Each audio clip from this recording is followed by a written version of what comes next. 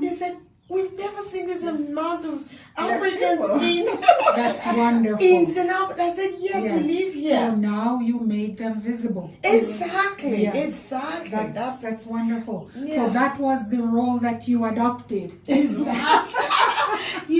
But I Yes. didn't wait till that day. I started gathering friends over the years that live in St. Albert, because I knew St. Albert is seen as a predominantly white community. Yes. But I found that I always saw one, and when I saw the person, I saved your number.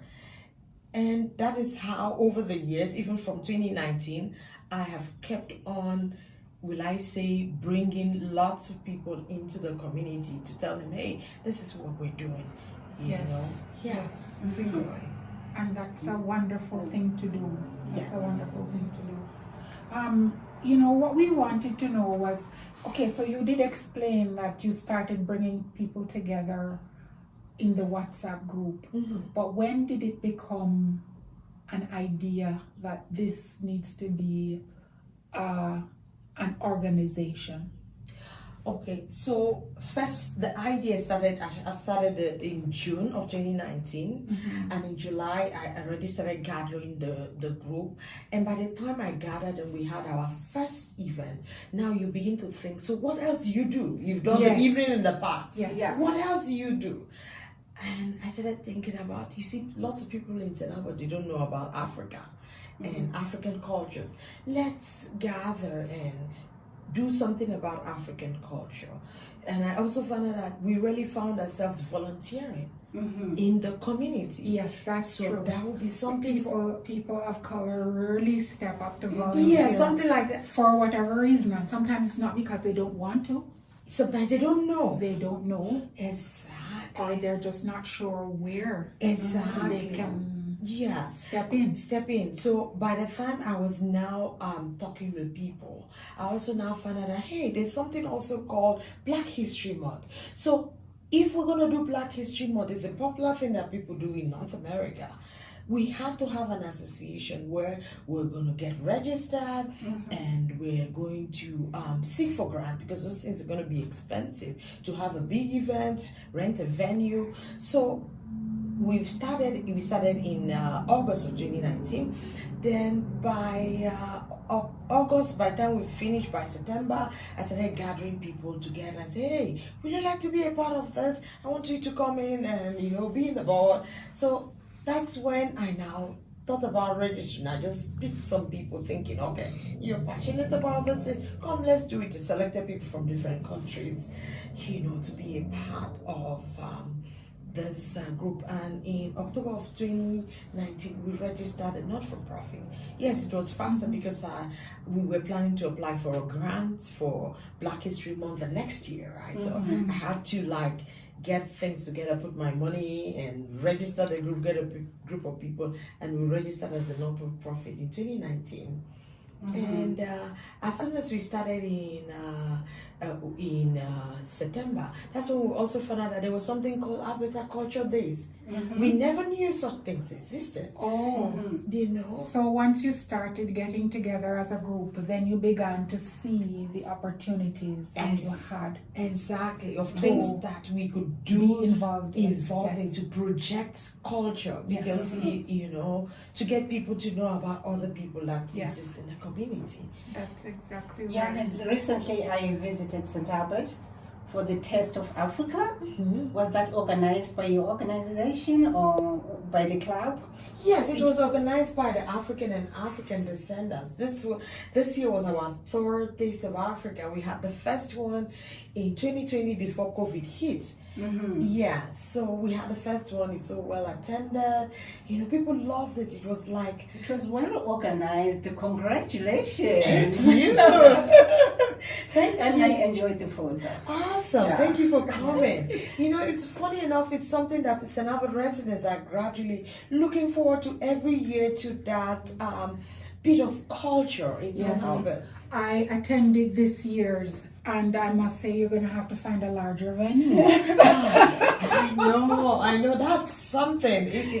There's a lot. It has grown. Yes, it's grown. Yes, within 3 years, Taste of Africa has become a very loved event, culture Yes. and It was wonderful. diversity. You Yes. know, yes.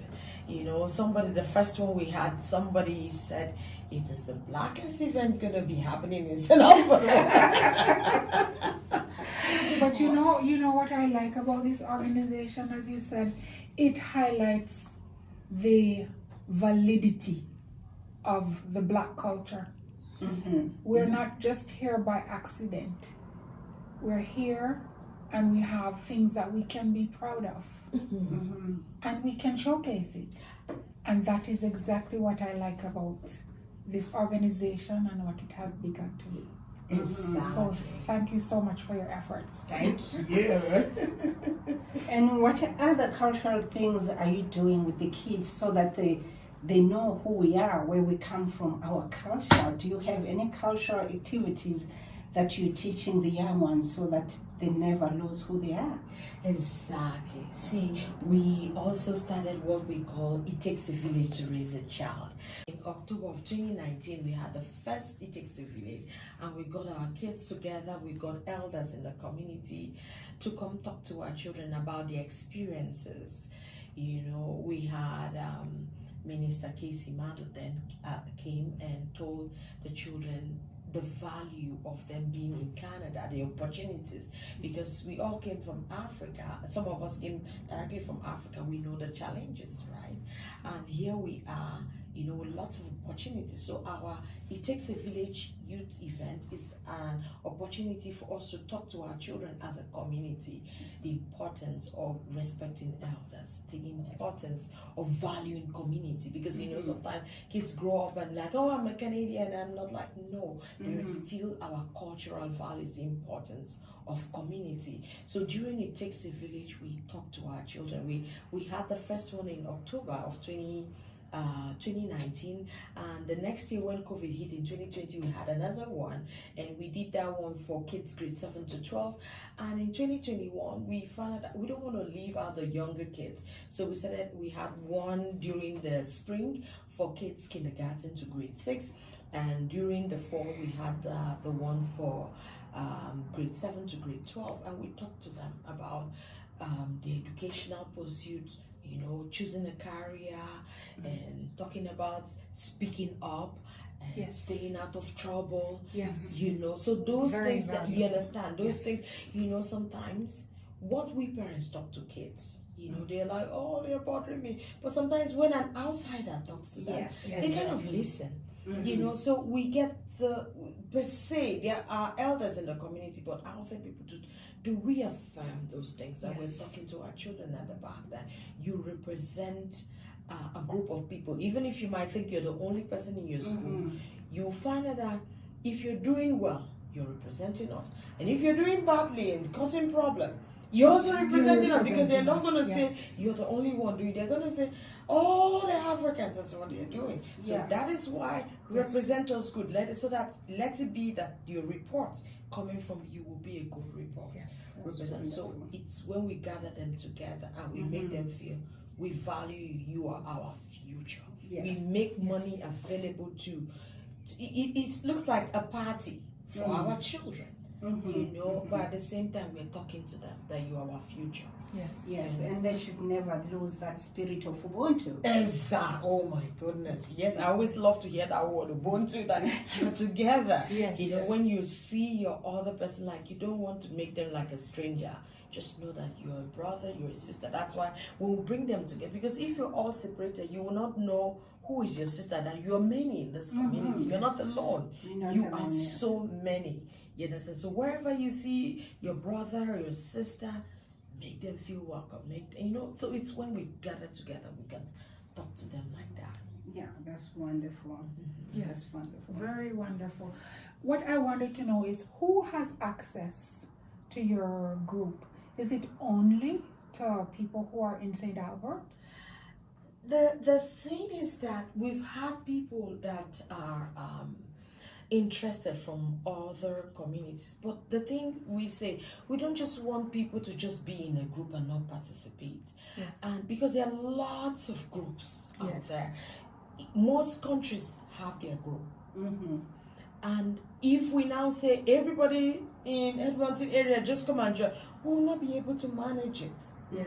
You understand? So we try to encourage people living in St. Albert or the peripheral of the city, because they are able to, because sometimes there are people that live in this neighborhood called Sterling. It's off of Ray Gibbons.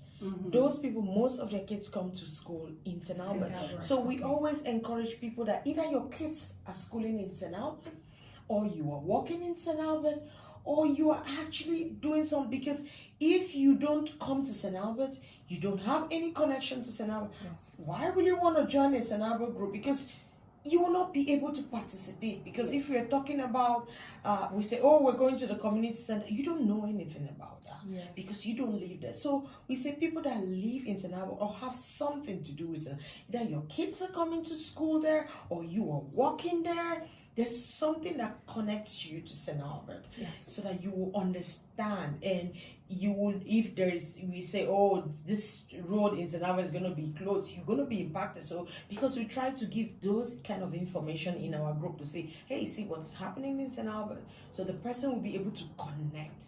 So there are people like, for instance, there are smaller cities or counties like Morinville and Yes. Sturgeon County. Yes. All those smaller, Yes. Areas around areas, St. Albert, yes, that they have things that they can come join and participate in what we do. We have a Facebook page, we have a Facebook group they can join. For instance, the WhatsApp group can only take 250.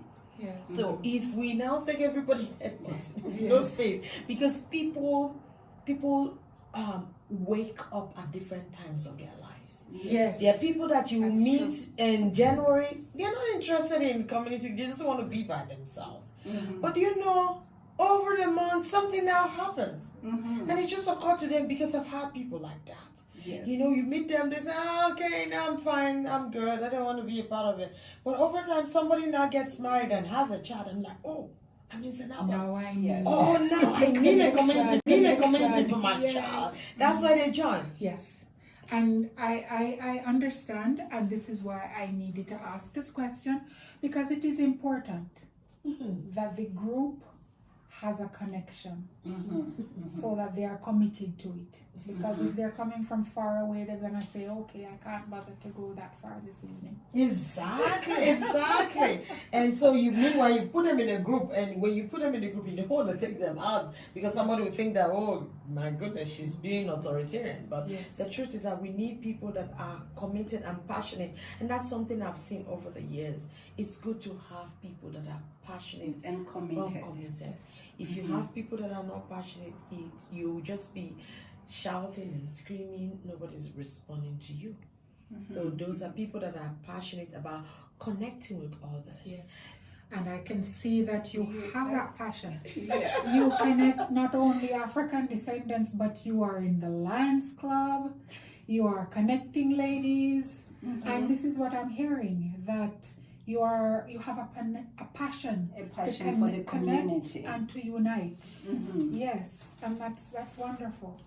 And I can see that we're rounding off at this time, and so I have this question to say: what would you say to someone who wants to start a community organization like yours, one that will unite their people around a common goal?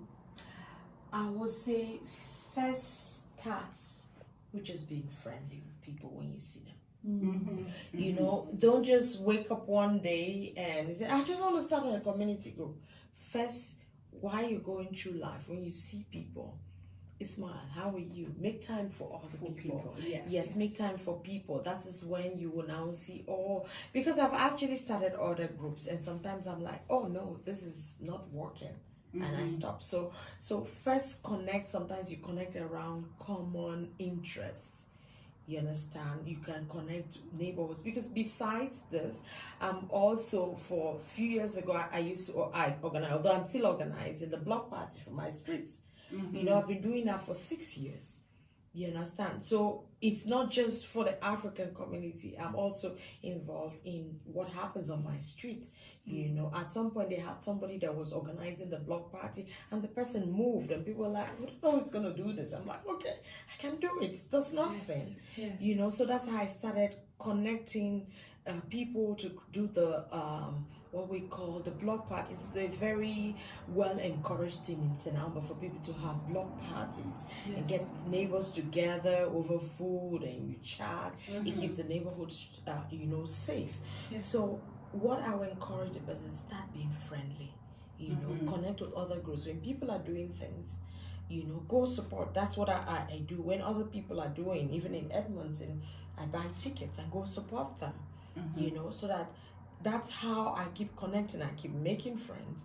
And so over time, you will now find out the kind of community group you want to form. You understand? Because, for instance, Edmonton is a very big city.